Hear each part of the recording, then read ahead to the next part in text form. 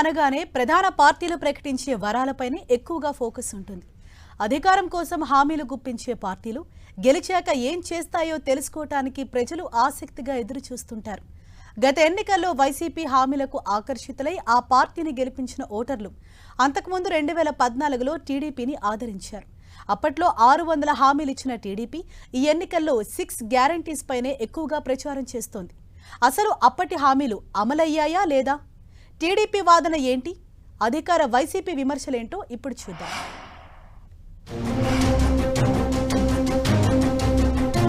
వచ్చే ఎన్నికల్లో విజయం కోసం పోరాడుతున్న టీడీపీ 6 గ్యారంటీ పథకాలను ప్రకటించింది. దీనికి జనసేన కూడా మరో 6 పథకాలను చేర్చి ఉమ్మడి మేనిఫెస్టో ప్రకటిస్తామని ప్రచారం చేస్తోంది. అయితే 2014 ఎన్నికల్లో టీడీపీ ఇచ్చిన హామీలు అమలు చేయడంలో విఫలమవడంతోనే ఆ పార్టీని ఓడించారని వైసీపీ ఆరోపిస్తోంది. ఇందుకు అనేక ఉదాహరణలు చూపుతోంది. ఆ ఎన్నికల్లో టీడీపీ బీజేపీ కూటమిగా పోటీ చేస్తే జనసేన బయటి నుంచి మద్దతు పలికింది. ఎన్నికలు అయ్యాక ఆ హామీలు అమలు చేయలేదనే విమర్శలు చేస్తూ కూటమికి టాటా చెప్పి గత ఎన్నికల్లో ఒంటరిగా పోటీ చేసింది. కానీ మళ్లీ ఈ ఎన్నికల ముందు ఆ 2 పార్టీలతోనూ జట్టు కట్టింది జనసేన. టీడీపీతో పొత్తుకు బీజేపీ వెనకడుగు వేసినా తనకున్న పరిచయాలతో బీజేపీ పెద్దలపై ఒత్తిడి చేసి మరీ పొత్తు పెట్టుకునేలా చేశారు పవన్. అయితే ఇలా పొత్తు కోసం వెంపర్లాడిన కూటమి పార్టీలు 2014లో ఇచ్చిన హామీల అమలుపై చిత్తశుద్ధి చూపకపోవడంపై వైసీపీ విమర్శలు గుప్పిస్తోంది. ముఖ్యమైన హామీలు, రైతు రుణమాఫీపై మొదటి సంతకం చేస్తానన్నాడు. 87,612 కోట్ల రూపాయలు రుణమాఫీ జరిగిందా? ఇంటింటికి ఒక ఉద్యోగం ఇవ్వలేకపోతే నెల 2,000 రూపాయలు నిరుద్యోగ భృతి చెడా? 2019లో ఎన్నికలు ముంచుకొస్తున్నాయనగా హడావిడిగా కొన్ని హామీలను ఇచ్చిన కూటమి అరకొరగానైనా అమలు చేశామని చూపించుకోవడానికి ఎక్కువ ప్రాధాన్యం ఇచ్చిందని విమర్శలు గుప్పిస్తోంది వైసీపీ. ముఖ్యంగా రైతు రుణమాఫీ, డ్వాక్రా రుణమాఫీపై అప్పట్లో ఇచ్చిన హామీలను ఎందుకు అమలు చేయలేదని నిలదీస్తోంది వైసీపీ.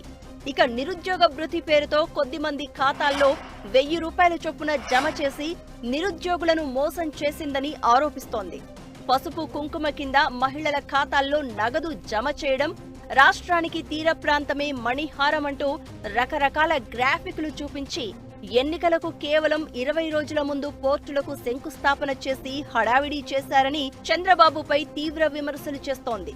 భోగాపురం విమానాశ్రయానికి భూసేకరణ పూర్తి కాకుండా భూమి పూజ చేయడంపైన విమర్శలు ఎదుర్కొంటున్నారు చంద్రబాబు. అంతేకాదు, గత ప్రభుత్వంలో చంద్రబాబు నాయుడు ముఖ్యమంత్రిగా ఉన్నప్పుడు తన ఎన్నికల మేనిఫెస్టోను పార్టీ వెబ్సైట్ లో కూడా తొలగించారని ఆరోపిస్తోంది వైసీపీ. వందల కొద్దీ హామీలనిచ్చిన చంద్రబాబు తొలి 4.5 ఏళ్లు ఒక్క హామీని కూడా పట్టించుకోలేదనే ఆరోపణలు ఉన్నాయి. 2014 ఎన్నికల్లో ఉమ్మడిగా కలిసి పోటీ చేసిన చంద్రబాబు, పవన్ అప్పట్లో ఇచ్చిన హామీలు ఒక్కటి నెరవేర్చకుండా ప్రజలను నిలువునా మోసం చేశారని ఈ ఎన్నికల్లోనూ ప్రచారం చేస్తోంది అధికార వైసీపీ. ఉమ్మడి మేనిఫెస్టో, ఉమ్మడిగా అభ్యర్థుల ప్రకటన, ఉమ్మడి కార్యక్రమాలు అంటూ హడావిడి చేయడాన్ని తప్పుపడుతున్న వైసీపీ గతంలో ఇచ్చిన హామీలను ఎందుకు అమలు చేయలేదో ముందుగా ప్రజలకు చెప్పాలని డిమాండ్ చేస్తోంది. మేమంతా సిద్ధం సభల్లో కూడా సీఎం జగన్ ఇదే అంశంపై ఎక్కువగా ఫోకస్ పెట్టారు. తాను 5 ఏళ్లలో చేసిన మంచిని చంద్రబాబు 14 ఏళ్ల పాలనలో చేశారా అంటూ నిలదీస్తున్నారు. చంద్రబాబు పేరు చెబితే గుర్తొచ్చే పథకం ఒక్కటైనా ఉందా అన్న ప్రశ్నతో ప్రజల్లో ఆలోచనలు రేకెత్తిస్తున్నారు.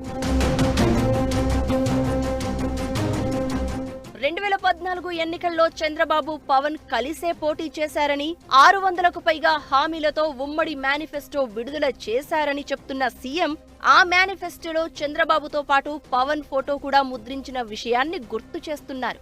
అప్పుడు ఇద్దరూ కలిసే జనానికి హామీలిచ్చి మోసం చేశారని, పీఠమెక్కాక ముసుగు తొలగించి అసలు రూపాన్ని బయట పెట్టుకున్నారని విమర్శలు గుప్పిస్తున్నారు. ప్రజలను నిలువునా మోసగించారని తీవ్ర స్థాయిలో ధ్వజమెత్తుతున్నారు. రుణమాఫీ పేరుతో రైతులను, డ్వాక్రా మహిళలను దారుణంగా వంచారంటున్నారు. అధికారంలోకి వచ్చాక మొత్తం ప్రభుత్వమే చెల్లిస్తుందని, మీరు పైసా కట్టకండి అని చెప్పడంతో రైతులు, మహిళలు ముప్పు తిప్పలు ఎదుర్కొన్నారని గుర్తు చేస్తోంది వైసీపీ. ప్రభుత్వం రుణమాఫీ చేయకపోవడం వల్ల రైతులు వడ్డీతో సహా రుణాలు చెల్లించుకోవాల్సి వచ్చిందని చెప్తోంది. ఇక జాబు రావాలంటే బాబు రావాలంటూ యువతను నిలువునా ముంచిన విషయాన్ని ప్రచారం చేస్తోంది వైసీపీ. పింఛన్ల పేరుతో వృద్ధులు, దివ్యాంగులను అవస్థలకు గురి చేశారని, తమ పాలనలో వాలంటీర్లతో అవ్వాతాతలకు బాసటగా నిలిచామని చెప్తోంది. ఇళ్ల స్థలాల పేరుతో టీడీపీ అందరినీ మోసం చేస్తే జగన్ ప్రభుత్వం 31 లక్షల ఇళ్లు మంజూరు చేసిందని గుర్తు చేస్తోంది. చివరకు తాము ఇచ్చిన హామీలు ప్రజలకు కనబడకుండా పార్టీ వెబ్సైట్ నుంచి మేనిఫెస్టోనే తొలగించేసిన అంశాన్ని వైసీపీ హైలైట్ చేస్తోంది. 600 హామీల్లో ఒక్కటి అమలు చేయలేదని వైసీపీ ఫైర్ అవుతుంటే టీడీపీ మాత్రం 6 గ్యారంటీస్ పైనే ప్రచారం చేస్తోంది. అసలు 2014 హామీలతో తమకు పనే లేదన్నట్లు టీడీపీ కూటమి సైలెంట్ అయిపోవటం ఇప్పుడు హాట్ డిబేట్గా మారింది. అసలు ఆ 600 హామీల్లో ప్రధాన అంశాలేంటి? టీడీపీ ఎందుకు అమలు చేయలేకపోయింది? వైసీపీ విమర్శలను కవర్ చేసుకునే ప్రయత్నం కూడా చేయటం లేదెందుకు?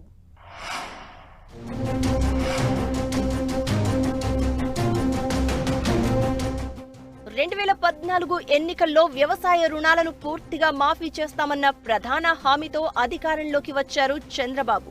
అప్పటికే 9 ఏళ్లు సీఎంగా చేసి ఉండడం, రాష్ట్ర విభజన వల్ల అనుభవశాలి సీఎంగా ఉంటే మంచిదని జనం టీడీపీకి పట్టం కట్టారు.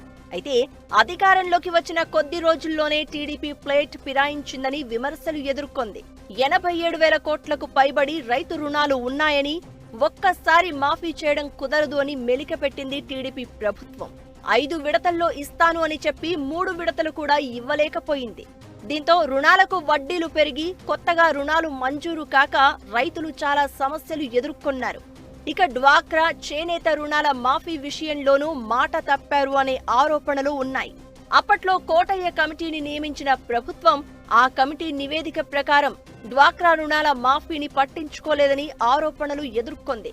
రుణాలు మాఫీ చేయకపోవడంతో వడ్డీలు పెరిగిపోయి బ్యాంకుల నుంచి మహిళలు నోటీసులు అందుకుని తీవ్ర ఇబ్బందులు పడ్డారు. సంఘాలు ఎన్పీఏలుగా అంటే నిరర్థక ఆస్తులు మారాయి. క్రెడిట్ రేటింగ్ను కోల్పోయి రుణాలకు అనర్హులయ్యారు. ఇక అప్పట్లో టీడీపీ ఇచ్చిన ప్రధాన హామీల్లో ఇంకొకటి బెల్ట్ షాపులు రద్దు చేస్తామని వాగ్దానం. మేనిఫెస్టోలో చెప్పిన విధంగా బెల్ట్ షాపులు రద్దు చేయకపోగా ప్రతి గల్లీకి వాటిని విస్తరించారనే విమర్శలు ఉన్నాయి.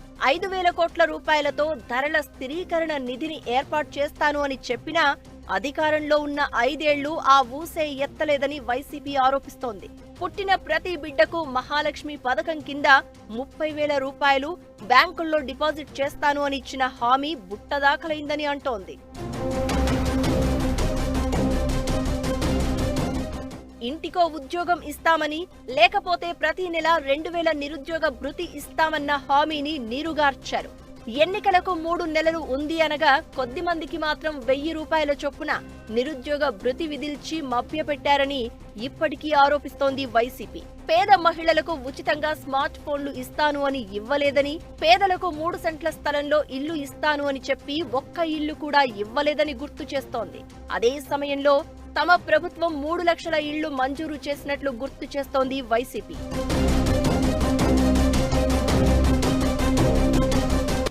అదేవిధంగా బీసీలకు 10,000 కోట్ల రూపాయల బడ్జెట్ వెచ్చిస్తామని, కాపులకు ఏటా 1,000 కోట్ల చొప్పున 5,000 కోట్లిస్తామని గతంలో హామీలిచ్చింది టీడీపీ. కానీ 5 ఏళ్ల పాలనలో కాపులకు కేవలం 1,500 కోట్ల రూపాయలు మాత్రమే ఇచ్చి చేతులు దులుపుకున్నట్లు ఆరోపిస్తోంది వైసీపీ. నిరుద్యోగుల స్వయం ఉపాధికి 50 లక్షల రూపాయల వరకు రుణం ఇస్తాననే హామీని పట్టించుకోలేదని విమర్శలు ఎదుర్కొంటోంది. అదేవిధంగా కాలేజీ విద్యార్థులకు ఉచితంగా టాబ్లెట్ కంప్యూటర్లు, బీసీలకు విద్య, ఉద్యోగాల్లో 33.5% రిజర్వేషన్లు, 500 కోట్లతో బ్రాహ్మణుల సంక్షేమ నిధి వంటి హామీలను నెరవేర్చకపోగా వాటి గురించి ప్రజలు అడుగుతారని భయంతో మేనిఫెస్టోను తెలుగుదేశం వెబ్సైట్ నుంచే తొలగించారని తీవ్ర స్థాయిలో విమర్శలు గుప్పిస్తోంది వైసీపీ. ఇక వైసీపీ ఆరోపణలకు సమాధానం చెప్పలేక కూటమి ఎదురు దాడినే నమ్ముకున్నట్లు చెప్తున్నారు. మరి ఈ హామీలపై జరుగుతున్న మాటల యుద్ధాన్ని ప్రజలు ఎంతవరకు విశ్వసిస్తారు అనేది ఇప్పుడు ఆసక్తికరంగా మారింది. గత హామీలను అమలు చేయని టీడీపీ ఇప్పుడు వైసీపీ అమలు చేస్తున్న పథకాలను విమర్శిస్తూనే అంతకు మించి వ్యయమయ్యే హామీలను ఇవ్వడాన్ని ఎలా సమర్థించుకుంటుందో చూడాలి.